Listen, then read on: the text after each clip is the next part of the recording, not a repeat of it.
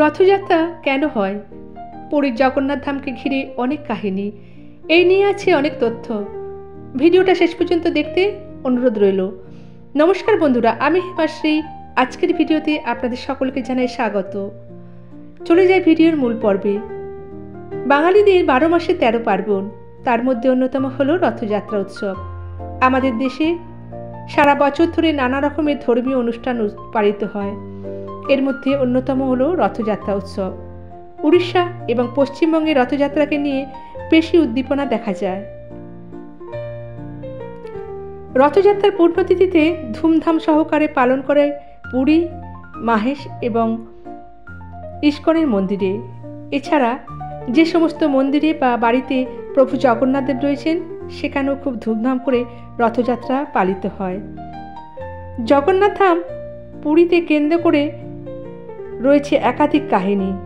অনেক ভক্তরা মনে করেন জগন্নাথ দেবের রথযাত্রা সনাতন ধর্মের অন্যতম একটি প্রধান উৎসব।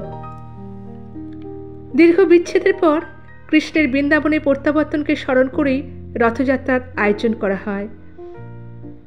অন্যদিকে জানা যায় আনুমানিক অনেক বছর পুরনো পুরীর রথযাত্রা উৎসব। এই রথযাত্রা নাকি দুভাগে বিভক্ত ছিল।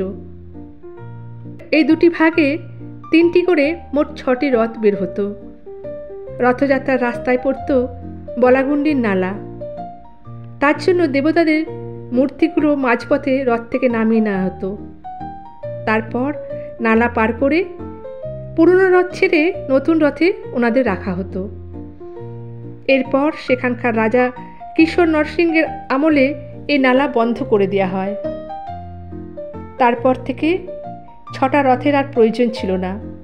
3টি রথে করেই পুরীর রথযাত্রা সম্পূর্ণ হতো। সেই রীতি এখনো চলে আসছে। উড়িষ্যার প্রাচীন পুঁথি হল ব্রহ্মাটু পুরাণে। সেখান থেকেই জানা যায় যে এই রথযাত্রা উৎসব চলে আসছে সত্যযুগ থেকে।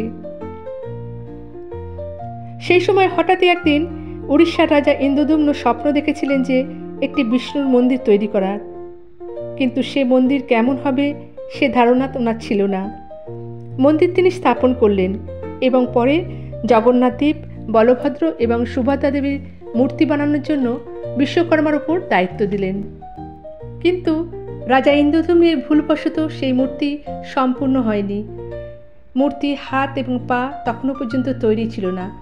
সেই সময় রাজা স্বপ্ন দেখেছিলেন বিষ্ণুদেবের। এই অসম্পূর্ণ মূর্তিতেই তিনি পূজিত হতে চান। আষাঢ় মাসের শুক্লাপক্ষের 2য় তিথিতে রথে চড়ে দাদা বলভদ্র ও বোন সুভদ্রাকে দেখতে যান জগন্নাথ দেব। কথিত আছে এইরকমই। সেই জন্য ওই তিথি মেনে গুন্ডিচা মন্দিরে জগন্নাথ দেবের রথযাত্রার আয়োজন হয়। এই যাত্রাকে বলা হয় সোজা রথ, আর ঠিক তার 7 দিন পর ফিরে আসাকে বলা হয় উল্টো রথ। কথিত আছে যে এই গুন্ডিচা হলেন রাজা ইন্দ্রদ্যুম্নের স্ত্রী। আজও পুরীতে এই রাজবংশ বর্তমান। তাদের হাত ধরেই পুরীর রথযাত্রা সম্পন্ন হয়। ভিডিওটা আজকের মতো এখানে শেষ করলাম। ভিডিওটা ভালো লাগলে লাইক, শেয়ার ও কমেন্টস করে দেবেন। নতুন বন্ধুরা চ্যানেলটা সাবস্ক্রাইব করে বেল আইকনটা পুশ করে দেবেন। আবার আসবো নতুন ভিডিও নিয়ে। Bye bye.